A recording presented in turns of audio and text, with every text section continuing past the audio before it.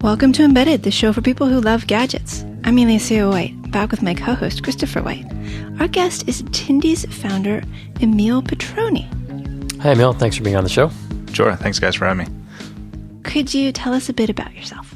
Sure. I'm Emile. I've basically worked in startups for the last 7 or so years, bouncing around the Bay with a short stint in Portland along the way. And kind of throughout that process is when I started to play with Arduino, and that's kind of what led to the creation of Tindie, is basically my hobby of just tinkering and looking for exciting projects is what kind of spurred me to build Tindie as the marketplace people know and love today. So about a year ago, we had Kristen on the show. She was a glass artist, but she was very involved with Etsy. Mm-hmm. And I asked her to come on the show to explain. Well, I had some ideas about craft electronics. Yes. And I wanted to know how Etsy worked.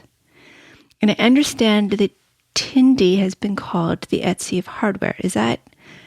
Why is that? How is that? What is that? Sure. So we have, and in the current issue of Popular Science, that's actually the title of their article about Tindie, is That's cool. The Etsy for hardware, or the Etsy of hardware. And I think it's for a variety of reasons. We're a marketplace as a community of people that are coming up with unique indie electronics. And so I think from an analogy, it's low volume, high touch, very specialized, very much like crafts are on Etsy. And if you actually look and compare, Etsy versus Tindie, if you search Arduino or Raspberry Pi or any of the electronic or hardware platforms that are out there that everybody that probably listens to this uses, chances are we've got more. I mean, we have 5 or 6 times the amount of products that Etsy has for Arduino or something like that. Oh, and when they on Etsy, if it's Arduino, it says it uses Arduino, not that it's designed to replace or even to be a coding thing. Yeah, and I think it's basically more a sign of their audience versus it's a difference of community at the end of the day. Absolutely. Yeah. So that's why I think people call us that, is that Etsy is obviously far larger than we are. We're a 2-person startup, and they're basically have defined very much this crafts and built an online community around kind of traditional crafts and arts that I think people know and understand. And the idea that there are small teams or even individuals creating their own hardware is kind of this new idea that's what we're fostering on Tindie, is that inventors should be able to get their projects out into the world very easily and seamlessly. And that's what we're trying to support and embrace. And so you're not really competing with Etsy. It's more that Etsy provides a matchmaking service, a marketplace. Mm-hmm. And that's what you're doing for people who make board level things? I mean, basically, it could be anything from just a bare PCB all the way up to a robot, or, I think we've got a $10,000 robot on there right now that does app testing. So we're basically the technical side. They're obviously the arts and crafts, and we're more of the science and, the technology side of kind of very similar ideas that individuals are making great stuff and should be able to get it out there into the world. So okay, $10,000 robot. What are the other Tindie products? Well, it's not really a Tindie product, is it? No. How do your market, your sellers, your marketers? Yeah, sellers. Sellers. Yeah. Okay, so what are some of the sellers you talk about, or that you in terms of like find? examples? Yeah, sure. So we have things like a Raspberry Pi weather station, and that was developed by 2 17-year-olds in London for a science fair. And that has turned into a product that they've sold hundreds, if not thousands of units at this point. And so they pop up, they put something on Tindie, mm-hmm. They list something. Sure. And then what's the process? So generally speaking, it's an idea that you've already got, and you've got some number manufactured, whether it's through prototyping service or through, you've had a previous Kickstarter, or maybe you've made a run of 10 or 20 just for personal use and you have extras. Then you can just basically list it on the site for free. And that then allows kind of the community to see this product that chances are has never been listed anywhere else on the web. And this is the first time most people will ever find it. And so that's where basically our community is able to then just purchase it directly from you, and then you ship it out to them. And so these teenagers in the UK with their Raspberry Pi weather station, they made this, and then they listed it, and then people went and bought stuff from them. Exactly. Pretty easy. That seems... It's pretty old school, the idea that, you make things and then people just buy it, and then as people buy it, you make more. Wow, that does sound, revolutionary. Groundbreaking. Well, is there something that changed in the last 10 years to kind of enable this to happen? It seems like, I don't know, it seems like in the past, if you wanted to do an electronics project, well, you had to have major startup costs, and, a run of boards was going to cost more than was feasible for doing something in the 10s to 20s kind of range of volumes. And I think it's definitely. So the cost of prototyping boards has dropped dramatically. And that's here in the States, abroad, that seems like it's basically been universal. So that has happened. Component costs have dropped. And I think the combination of those plus people are becoming more and more interested and excited about hardware, because I think, the web has matured to a point where people have this expectation that technology is accessible and I should be able to wield it in any possible way to create my dreams. And for the last, let's say, 20 years, that's happened with the web. And very much so that tech audience is now saying, well, software has solved so much. Why can't we solve another problem in the physical world with hardware? And so, an open source weather station is just a very simple example of something that is just an interesting project that people have made. But, another example being, a Game Boy Shield for your Arduino. I think that same idea and dream that if I can come up with an idea, I should be able to manufacture it and get it actually physically produced. And obviously that's fueled Kickstarter and all these other platforms as well. But that's all been possible because of the dropping costs. And basically more and more people are getting interested in that idea of building whatever they think they can. And that seems to be happening all over the world. Well, some of that's tools. I mean, the tools Definitely. are cheaper. Now you can get KiCad, and that's free, or Eagle, and that's cheaper. And then there's the low barrier of entry. Exactly. Things like Osh Park, where you can get a small subset of boards. And now, in order to make a tiny board, it costs you, maybe it costs you $10 more than it would if you were making 1,000. Mm-hmm. But if you're only making 15 of them, it's worth the extra money, because then you can get them for yourself, for your own garage project. Definitely. And I think along the same lines is, Arduino has definitely matured as well. Over the last 10 years or so, Arduino's really come into its own. The community's matured so that the tools are out there for people to basically quickly prototype, whether it's building their own boards or even just the simple platform to just plug and play. There's a number of, I think, different things that are all coming together, kind of this unique time that's making it possible. Yeah, I think I agree with most of that, and I think the future is even more kind of amazing, because once the friction level gets down to the level of software, right, you're going to have people making all kinds of things and in one-off sort of quantities, and companies are just going to form around stuff that people before wouldn't even have taken on because it's too daunting a process. Yeah, and I think you can draw the exact same parallels between the evolution of software with the evolution of what's going on with hardware, because the layers and the platforms are basically maturing and being created to bring that difficulty down. And that's just going to continue until that point where you say, I just need one of these assembled, and there'll be a solution, whether it's Lane or it's somebody else that's doing just, here's one board that's assembled and, it's in the mail in 2 days, or, even quicker. But you're focused mostly on electronics and on bare boards, not necessarily on 3D printing. That's more Shapeways'. I mean, we've had some 3D printing. It seems like our specialty is very much something that has, a circuit involved. Yeah. When when I went to the site, it was a little overwhelming. I mean, there are all these interesting looking things. I have to admit, I went to the site after doing the Hackaday judging, where there were lots of interesting little boxes to click on and dig deep into. And so it was a very overwhelming experience because I was already a little overwhelmed. But there are lots of sections. Yeah.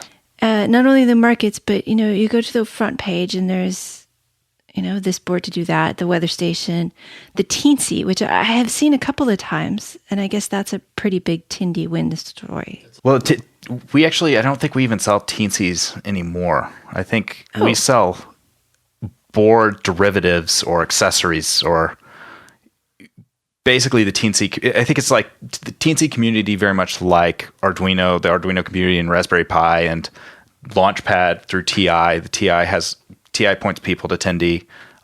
Electric Hemp points people to Tindie. Spark, all of these different little, platforms.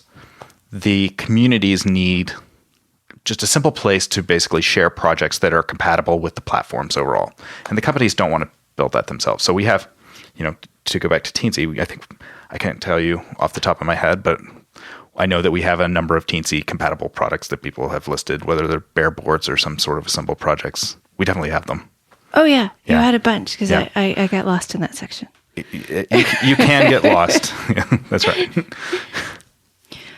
But you do group things. You started this marketplace idea or markets idea. That's right.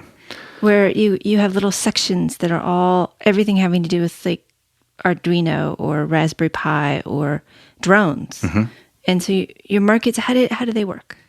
So the idea for that was we had a traditional taxonomy of categories and sections on the site that people could put products in. And the idea was that people were saying, well, I would like to put my product into more categories, and that you need this category. I would like this one. I need more tags. Right, exactly. It's the tags dilemma. And so our solution was, well, what if we just give control over to the community and say, if you want to create a section of the site or a category, we call them a market since we're a marketplace. If you want to create a market for Teensy, you can make it, and then other people can join. And if enough people join, then it opens it up. And then there's a Teensy market. But basically, we've given that full control over to the community to say, you can make a market on Tindie for any number of, whatever your interest is. And we've got a Google Glass market for Google Glass accessories. We have a drone market. If I wanted an Elecia market, could I make 10 of my own projects? Sure. Oh, okay. I didn't really want that. I just wanted you've got a store as well. But Yeah. But, it seems like the markets get different I think we're views. Yeah, that's right. And I think it's basically, it's very much Reddit-esque. Since Tindie came off of Reddit, I figure let the community drive and it'll work its way out. And it's, for a small team, we got an exorbitant amount of emails about categories. And since then, the emails have stopped. So I'm very happy about that. Nice. Made the right move when emails stopped. Right. Okay, so I just pulled up the Tindie webpage, and I want, if listeners haven't ever looked at it at all, sure, I want to make sure that you kind of get a flavor of what's up. And I think, do they come up randomly? How does it decide what to show me? Yeah, so I think it's right now the sort is by featured, which are popular products that are in stock. The tricky part is that we've got over 3,000 products that have been listed, and at any given time, almost 400. We may have passed 400 products are actually sold out right now. So things come and go pretty quickly. And so we try and show you stuff that is actually in stock that you can get or back order. But that's kind of the problem that we face, is showing things that you can actually purchase. Well, I want to get more into that, but first I'm going to list off a couple of these. There's the Reload Pro. It acts as a current sink, always drawing the same amount of current regardless of the voltage across it. That's pretty specific, but it's number one right now. Mm-hmm. The True RNG V2 hardware random number generator in a USB form factor.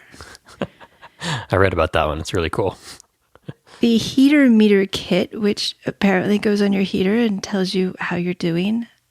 A bare board for a DAC, a Pi DAC. So Raspberry Pi, iQuadIO.com's Raspberry Pi DAC plus hat audio card. So some of them are encased, some of them are finished products, some of them are boards. Some are bare boards, some are assembled. Some are assembled. Right. Some are kits, some are through-hole kits for kit, Oh, yeah, look, there's the... Yeah, it seems like some of these are definitely, well, I made this for myself, maybe somebody else is interested, and some of them are, here's my product. Very much. Yeah. And I think that's kind of very much the exciting part about it is that the idea that I've got something that I'm interested in and throw it into the world because I had to get 5 or 3 or 10 made. So if I've got extras, then there's no reason they should just sit on a shelf. And it's what happens when you get the spares out into the world. Does it take off? And obviously some of the time that's actually the case. So, wow, that's kind of interesting because I did make some extra motor boards. You could list them. How many would I need to list them? You just need one. I mean, that's the thing is we're an open platform and it's free to list. Okay, it's free to list. You said that before. And then people are buying things from me, which means I make the money. How do you make any money? So we take 5% of sales. That's right. That's it? That is it. Wow. So we basically accept the funds and hold them until the seller actually ships. Escrow them. That's right. And so once you've shipped is when the funds become available, and we've already taken our cutoff, and basically you can access those funds at any time. And there's a button. All you do is just press send to my PayPal account, and the money goes right to you. But what if I needed the money to actually make the boards? We don't look at ourselves as a pre-order platform. So it's not like Kickstarter, where if people order enough of them, I'll get the money, and then I'll have enough money to make the boards. That's right. Okay. We had that functionality at one point, and the traction on it was very iffy at best. Where trust is a huge issue there. Trust is an issue, but also there's a lot of things that are wrapped up in that. And I actually wrote a blog post about that this morning, which is people that have experience manufacturing products. So one of them that we had when we first launched that was a QR code clock. And it's totally hilarious. It's a great idea. However, the guy that designed it, I think he priced it ultimately way too low. Yes, I will charge you 5% more than my BOM. You got it. And that is not how you price things. Especially when you get defective parts and boards back. Yeah. And then he had to do a second run to fill in the gap. And he learned the hard way that basically I don't think he came out on top on that one. And so, there's Kickstarter, there's Indiegogo, there's so many of these crowdfunding platforms. If you're looking for crowdfunding, by all means, you can use those, and that's what happens. Many people will list the early prototypes on Tindie and then do a Kickstarter. We have the Femtoduino guys up in San Francisco have a project that's live right now on Kickstarter that started on Tindie. So we're just not that platform. We're a marketplace. When you want to actually physically sell and move product that you've manufactured, we're definitely the place. Okay. And not everything is available immediately. I mean, okay, so it's not crowdfunding. Mm-hmm. You're not going to, but you take my money immediately. Mm-hmm. What if the seller decides that they can't build it? We refund you entirely. Okay. But it could be, is there a period of time? So the seller has 30 days to ship. Oh, okay. And I think that's actually the law as well. You have to ship within 30 days, and if you don't, then you have to refund the money. And so that's what we do. So, yep. And there's a huge crossover between SparkFun, in terms of Kickstarter and Tindie. Because people do start on Tindie and then go to Kickstarter when they want to go from small numbers to large numbers. Mm-hmm. And then it goes the other way too, right? It does. Some people go on Kickstarter, do their project, realize they don't have enough to, go on Amazon with it, but they want to keep going. That's right. And so Tindie provides that. Yeah, we also have those. So the Reload Pro actually was a Kickstarter first, and then has now come to Tindie and is doing well. But I think I was looking at that the data this morning. So 80% of successful Kickstarters in the tech category receive less than $100,000 in funding. So 80% is less than $100,000 in sales through Kickstarter.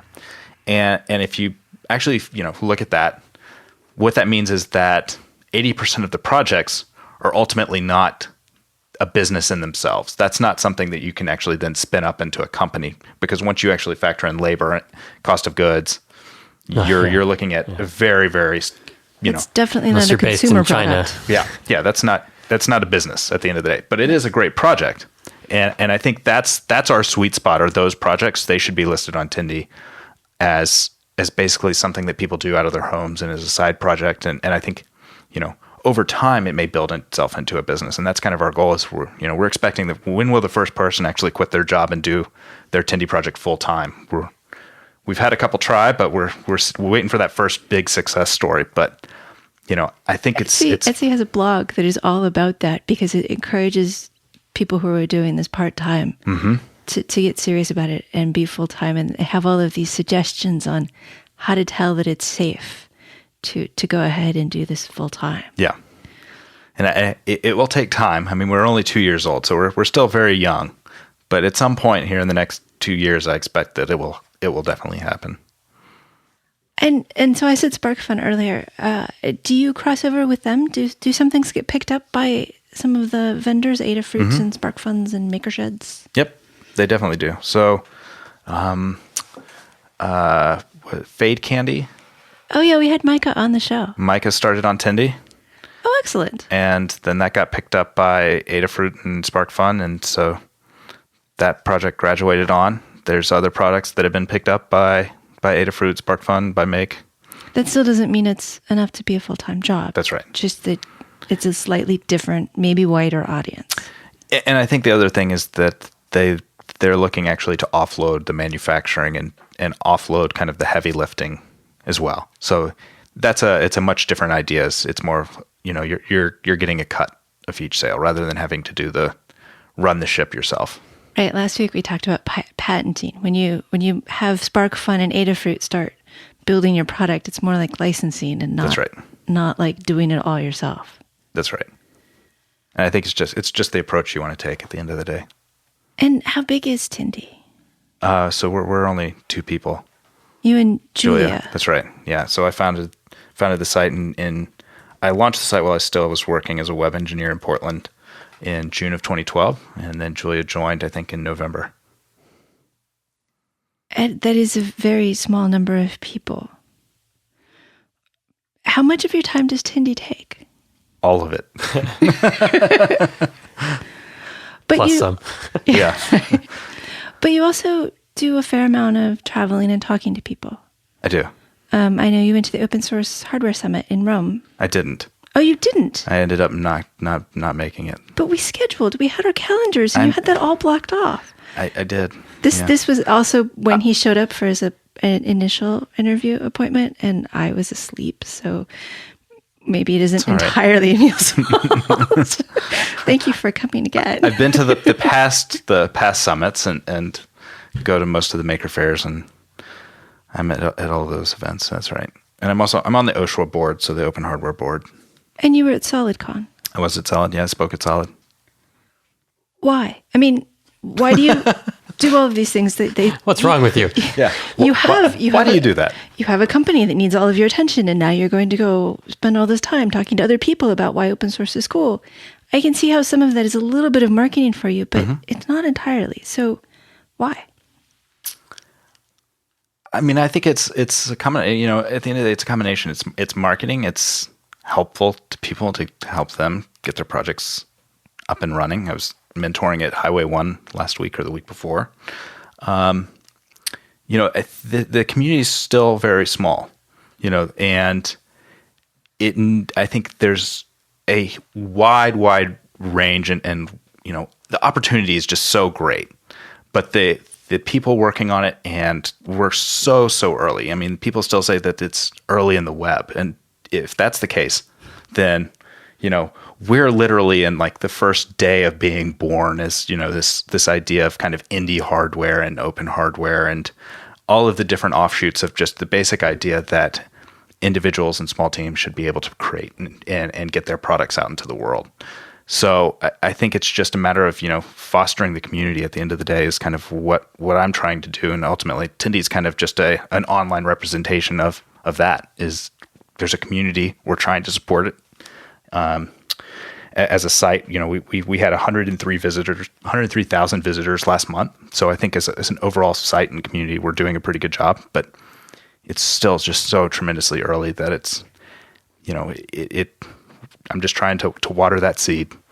100,000 visitors sounds huge, and yet it isn't. Indie hardware is growing, but it's still a niche. I mean, it's still a niche, tiny niche.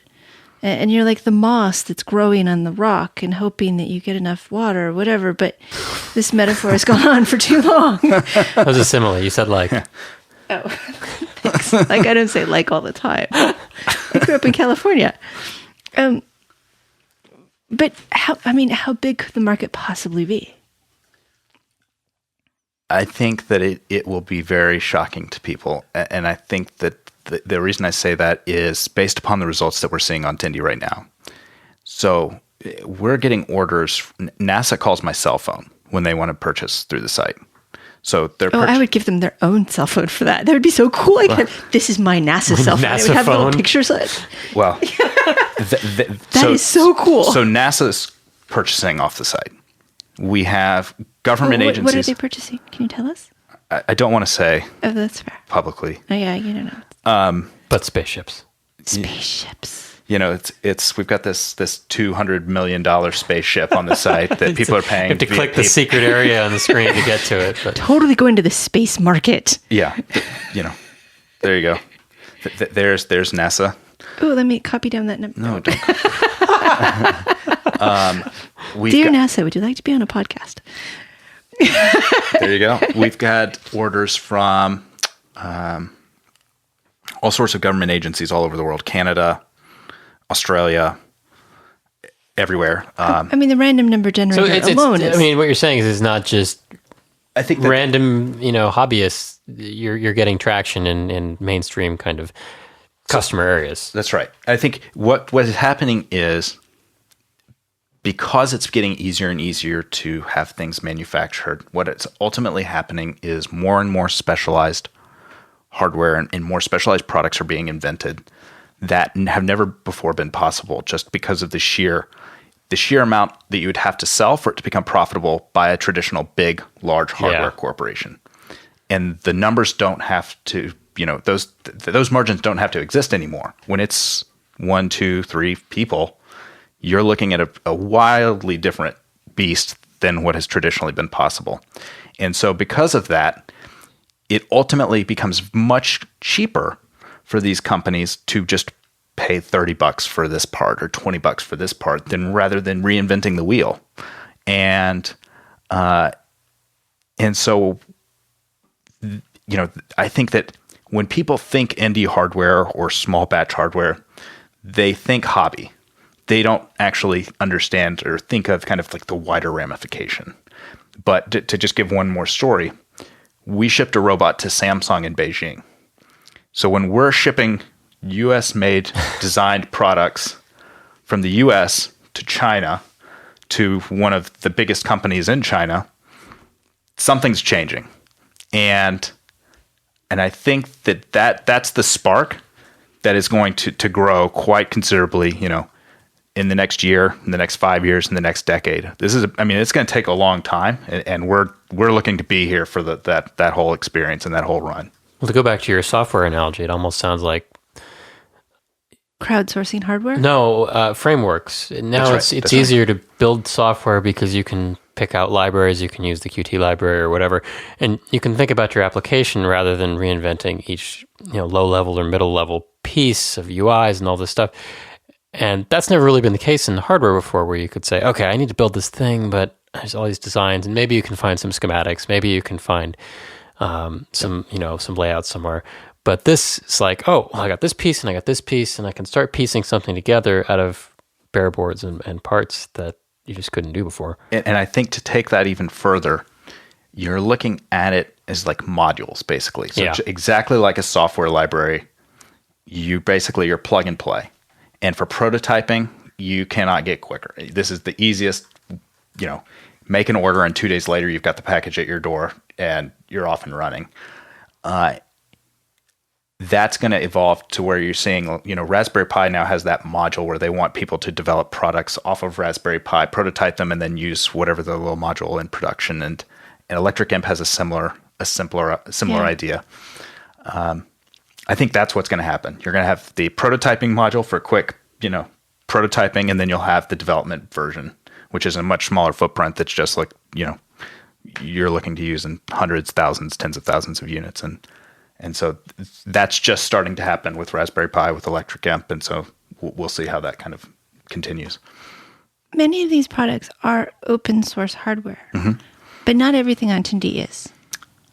Is that true? I don't think anything is patented. Okay. The overwhelming majority are open hardware with open schematics, open source software. You can see everything, view it before you purchase. That's right. So that is a goal, or is that just an effect of what's happened so far? It's an effect. Okay. The site started off of the Arduino subreddit, and I think that's where that started. That's definitely going to be open source hardware. That's right. And so I think what happened is, because that was where I posted the original question on Reddit, that really spurred the types of projects that we see. And off of that, obviously, is a whole bunch of open hardware enthusiasts that are already on Arduino and are building other compatible projects that can be used for Arduino. But then obviously Raspberry Pi has been doing well. Obviously Raspberry Pi is not an open, but open projects for the Raspberry Pi. So it is something that's fostered on the site. And this increasing the speed of hardware innovation, which really, it does seem to be happening, and this marketplace does seem to help. Mm-hmm. Is that a goal or an effect? That is a goal. And we will be doing... It's a tough goal. It's a tough goal. But we have a very macro vision of kind of the ecosystem. And I would argue the most macro, just because of our sheer scale and size, that we see, who is doing what, where, literally all over the world. We have, last month we had visitors from 182 countries. We have orders to 80-something countries. So, we have a very macro view of kind of the ecosystem. And so when we see something that we think, we can impact that at a macro level. But we definitely feel like our mission is to help foster this ecosystem. And can we build software tools to encourage and to, accelerate, projects coming into the world. We're definitely actively trying to do that. You should have a tagline: changing the derivative of hardware innovation. Trademarked. Yeah. Mm. No, Christopher never likes my quotes. You can't have derivative in there. You can get that shirt made. Yeah, exactly. Yes, but can I sell it on Tindie when I'm done? Put some wires in it and a battery in. Yeah. It wouldn't be the first shirt that had wires and a battery. So you said your sellers, they aren't necessarily full-time selling at this point. That's right. And they're mostly, I don't want to say garage engineers, but... I think most of them are actually, they have a full-time day job, and then they're making their own projects on the side, and nights, mornings, weekends. I know how that goes. But they are making money. They are. On their hobbies. Yes, right. Are there any stories you can say about people who made a significant amount of money or who are making enough money to pay for their next idea? There are plenty that are making enough money to support their next project, just because you can find the sheer number of people that have multiple products on the site. The weather station, the Raspberry Pi weather station, AirPi, that's definitely one of the great success stories. We've got another project that I think will be bigger than AirPi. That will be one of those stories. He's actually already left his job on the project he's working on, which is Arduboy, which is a open source Game Boy platform, Arduino gaming platform that's in the form faction of a Game Boy. That will be for sale later this year, and I think that will be the new biggest hit. He's already left his job to do this full time, so it will be interesting to see how much it supports him. That's a really cute board. What he's got up so far. It will be exciting. He's gonna need a case. There may or may not be a case in development. Good. On Etsy, there's a seasonality to things. Uh-huh. There's very much, look, Christmas sweaters, look, Valentine's crap. And right now, of course, there's Halloween all over. Is there a seasonality to Tindie as well? So if you search Halloween right now, you will find some children's pumpkin projects, ghosts. Going beyond the Blink M. There are Halloween projects. There are Christmas projects that pop up from time to time. I'm sure that will happen this year. Oh, look, here's an SMD training skull kit. You might wonder what the training actually goes to. I mean, that adjective, is it go to the SMD or to the skull or to the kit? It seems to go to the SMD soldering. That's right. I think that's very cute. Most of the little projects like that, I think, are perfect for kids that are looking for an interesting project, to something that's tangible and easy to get started, that doesn't cost an arm and a leg. And if they break it, or they short something, and then it's no big deal. A little ghost you could make into an earring or a necklace. I'm already searching for Christmas now. And at $3 and $6, these are, yeah, sure. If I could convince my nieces they wanted to solder, I would totally buy them for those. There's a little Christmas tree made out of PCBs. Really? I'm just going to sit back and let you guys keep going. We will totally surf the web while you talk. So there is seasonality. There are some, that's right. And do you encourage that, or does it just happen? It just happens. Okay, so going back to the it just happens, what about reviews?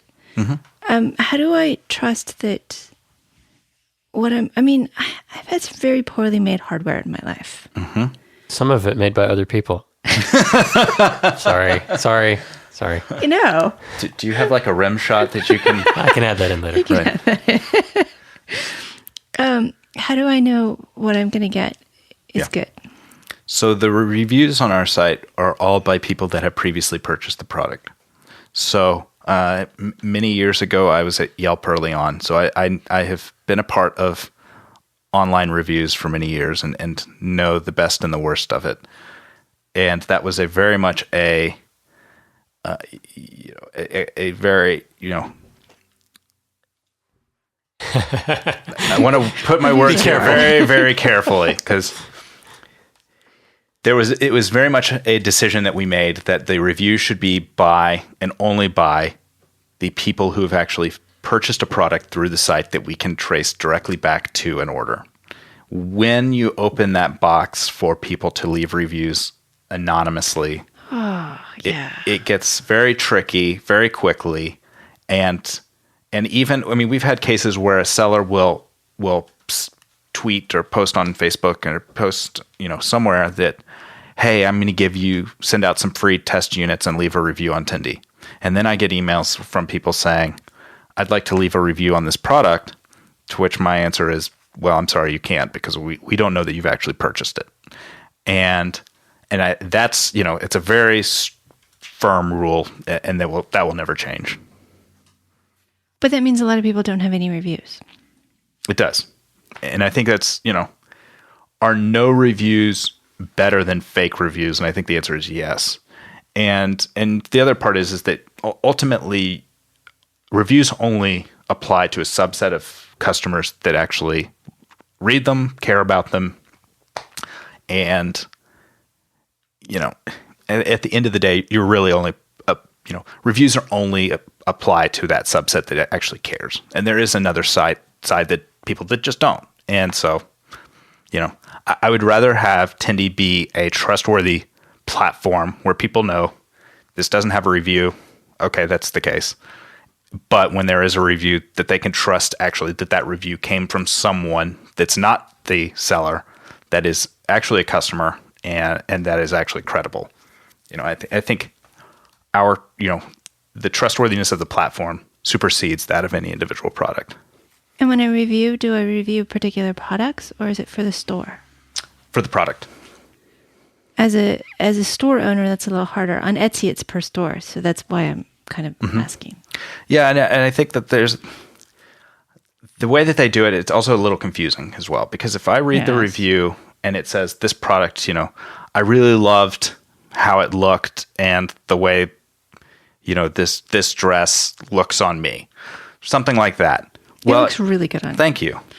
If I have 5 dresses, that really doesn't answer the question. I mean, it's very much, I know people at Etsy, and I'm not trying to say this was a right or wrong decision, but I think that is a way to get around the point that you just made, which is, well, if a product doesn't have any reviews, is it going to sell? And there are ways, well, what if we just throw the reviews onto every product? To me, that feels just a little misleading. Well, I think for Etsy, and maybe not for Tindie, it's that if you were making one of something, I mean, if you're making an artisan thing, you're making a craft that each one is individual, then there is no way to review that one. That's right. You have to review the artist as a whole. That's right. And so you were saying with Tindie that it's more that the individual items will be produced in such quantity that reviews make sense, and that the sellers themselves don't need to be judged on their virtues. Yeah, exactly. Well, while we're still on the subject of Etsy, are you familiar with Regretsy? I know of Regretsy. And how does that apply to you? To be honest, I can't remember what Regretsy is, other than someone pointed it out when Tindie first launched. So I did, after I left my job to do Tindie full time, I did an AMA that was number 1 on all of Reddit. And I think that was where Regretsy first popped up, because at that point the site had gone down because of the Reddit hug, and I was just answering as many questions as possible just to make sure that I kept the questions coming while we were getting the site back up. But that's obviously been solved. That is not a problem we have anymore. That was 2 years ago, just to be clear to listeners. Regretsy is sort of the cake wrecks of the artisan market. You can have things like this beautiful glass poop. And you have to wonder, what were they thinking when they posted it? It says, swirled Scandinavian glass paperweight, but it looks like a poop. And things that just, you should have really thought. I mean, why would you put a fake mustache made of 100% human hair on a clear face? It's just because freakish. You're trying to get on Regretsy. Well, yes. So I hope that you don't. On the other hand, it is tempting for me personally. It's harder to make regrettable electronics in an obvious way that can be just scraped from a website. Are you sure? Because I'm pretty sure "Does It Blow Up" is still open as a URL name, and we could totally register that and then just buy one of every Tindie and blow them. No, it's not worth our time. I think that. Think of the reviews. Well, think of this one blew up very well. That's right. Right. If you put this in the microwave. I think we'll put this in under the category of, signs we've made it. When Regrendi shows up, then we know, we're doing something That's right. the other problem is the Tindie doesn't really lend itself. That's right. So good luck with that one. All right. You have some new stuff that's happening. There was Tindie U, which was the Tindie University to help people learn how to build these things, to go from here's a napkin sketch or here's a schematic to here's physical objects, because that step isn't always obvious. Yeah. How's that going? So that is on the back burner for now. And the reason is, as we were looking to get that started, and as we were starting to kind of pull together some sort of curriculum and information we wanted to share, it became very clear that we could do a much better job of facilitating projects coming to life by actually building some tools onto the existing site. And so that's actually what we're doing now is in the next few weeks, maybe month and a half, we will have an announcement for something that we're currently building that will help people get things manufactured. We're not there today, but oh, come on. Stay tuned. All right. Well, I mean, you did hint some things with stuff coming up, and I mean, there was some things that made me wonder if you and Osh Park were talking to each other. So that's the category of hints that I've gotten. You don't have to tell me if that's true. I know Lane when I was... Of Osh Park. Yep. I talk to him every once in a while. We're not actively working with them on anything right now. Okay. Well, send me a link when you're ready to announce this properly. Okay, fair enough. So you personally, you've been talking about how this is software. Yeah. And that's, okay, you're doing software for hardware. I can't say anything against that because technically that's what I do. But you took a year off to learn Python. Yes. And then founded a company based on hardware. Yeah. Do you think about taking a year off to learn schematic capture? Or electronics or manufacturing? Python doesn't seem like what you do for hardware. Well, that was 2 or 3 years ago. Maybe 3 years ago at this point. I can't remember. Right now, all passes so quickly. Right now, days feel like months, and months feel like, decades. So hopefully at some point when we have enough people that I can offload more of what I'm currently doing, I can get back to more playing and tinkering with hardware. But at this point, actually, my days are consumed with emails, tickets, and customer support. I'm sorry, I must not have phrased that well. What do you do? Next thing? No. I mean, you did take a year off to learn Python and work on software. Yeah. And you've mentioned software a couple of times, but what do you do? I mean, email, tickets, yeah. But what does my day involve? Sure, let's go with that. So I built the first Tindie. So the first, version of the site was I built myself. And so then once Julia came on, we've had contractors come and go over the last few years. But basically, Julia's managing the software. So from a day-to-day perspective, I actually don't really write any code anymore. I may fix things here and there and add features where I want to feature and, basically play. But I do basically everything that is not writing code. So that's where inbox, support tickets, talking, speaking, traveling, to basically literally everything except deploying features is kind of what I do. Attorneys, accountants, all the fun stuff. Yeah. Should I go on? I just keep going deeper and deeper. I'm still wondering how so board meetings. There was Python, and now there's like the industrial version of the MBA. You really kind of wandering around here. I think that is startup life. It is. You don't really get to be a pigeon in your pigeonhole anymore. You kind of have to cover all the holes and hope that you don't fall in. So far, we're doing all right with that. Where are you speaking at coming up? That is a good question. I should look on your calendar, huh? I can't think of it. I will be at the Highway 1 demo day this week. Highway 1 is an accelerator. That's right. And so they help people go from idea to getting a little bit of seed money to even introducing them to venture capitalists. That's right. Yeah. Okay. And they're a part of PCH, so that's a hardware manufacturer, and they're basically like an interface to China So Apple is their big customer that uses them to get everything manufactured that is not a iPhone, MacBook, computer. They do everything from the booklets and when you open the box to the injection molding little piece that it's sitting in to all of that. So that's the Highway 1 is a part of that ecosystem. But they do a lot more than that. I mean, we had the chip site on Craig Solander, and he went off to Highway 1 to productize some of what he's been working on with computer vision.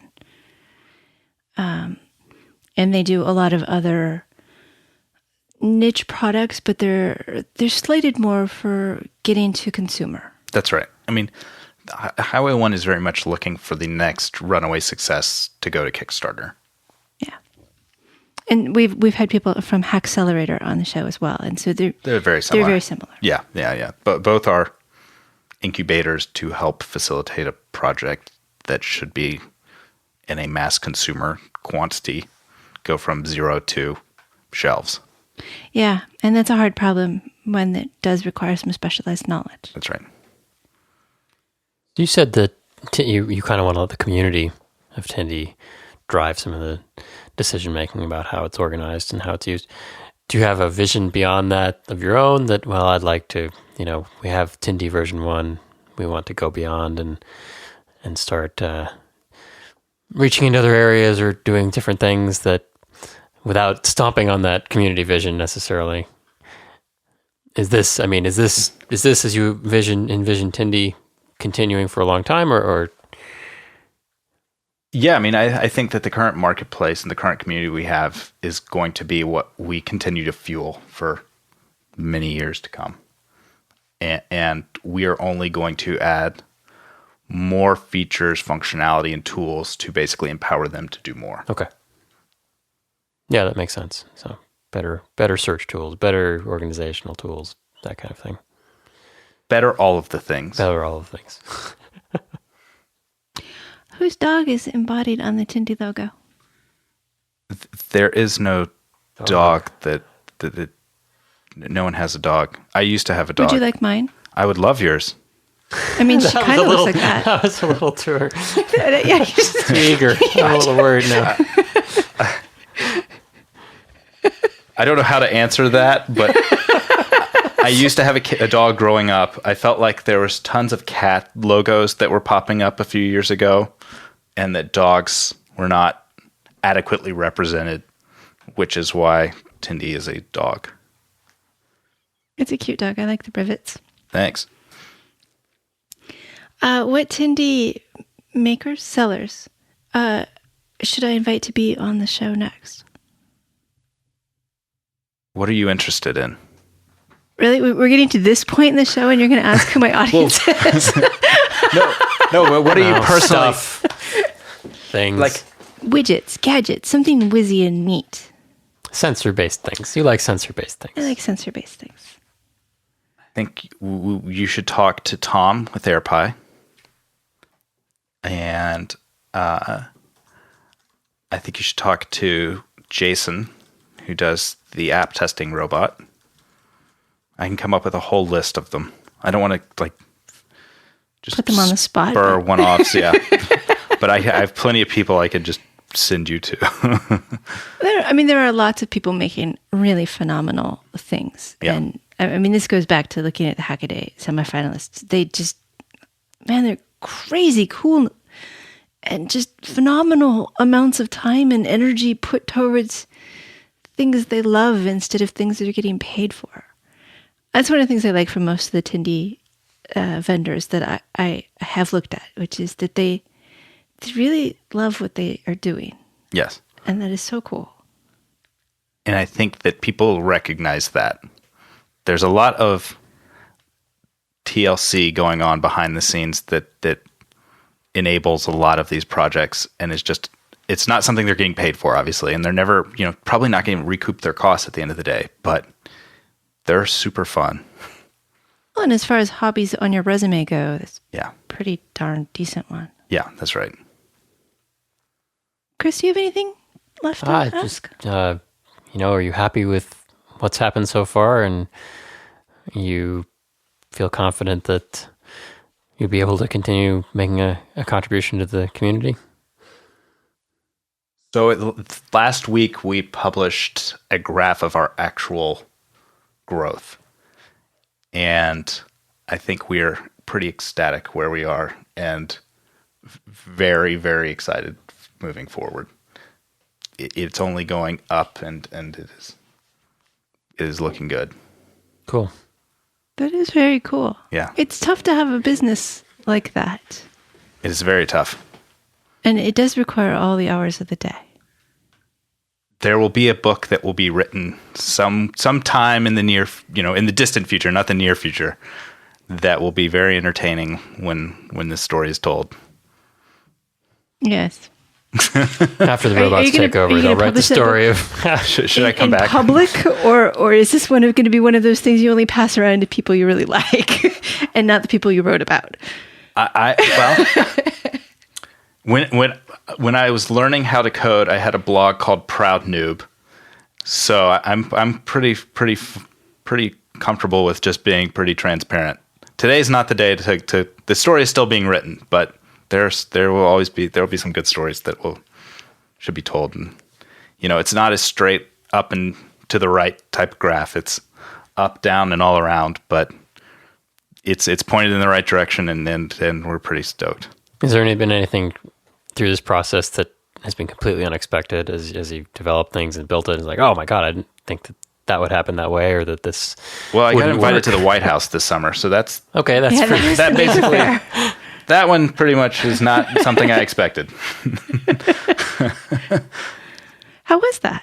It was pretty fun. It was pretty wild to see the president and to meet Will.i.am and Bill Nye, and I think there was somebody else that I can't think of off the top of my head, but it's probably have a pretty high surrealness rating. Yeah. That's when you're just like, when that email comes over that says like, you're in. You kind of take a second to think about, well, I didn't think this would happen 2 weeks ago, or 6 weeks, or let alone if you go back pre Tindie, where did I think I would be in a year and a half? It's pretty wild. It's pretty cool. Yeah. And, sometimes good things happen to people who stick with it. So, very cool. I think I'm about out of questions. Okay. Do you have any last thoughts you'd like to leave us with? So we are hiring. So if there are any full stack Python, Django engineers that are web developers. You got it. Not C embedded software programmers. That's right. But web people. That's right. Let me know. I think the jobs at Tindie. Yeah. That I think that's an email, or just my email is Emile at Tindie, EMILE at Tindie.com. Just shoot me an email. That must be quite the email box. There are multiple inboxes.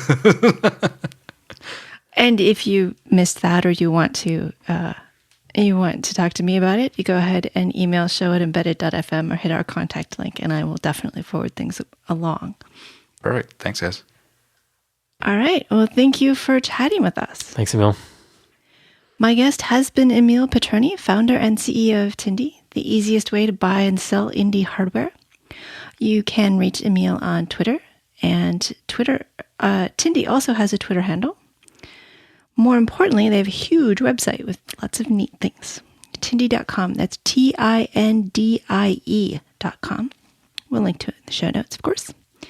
Also, thank you to Christopher White for producing and co-hosting. And thank you all for listening. If you'd like to say hello, of course, email us or hit that contact link, or even tweet at embedded.fm. Final thought for this week. Wow, there are some really good ones here. I think from the Dalai Lama, because I think it really made sense with this episode. So, share your knowledge. It is a way to achieve immortality.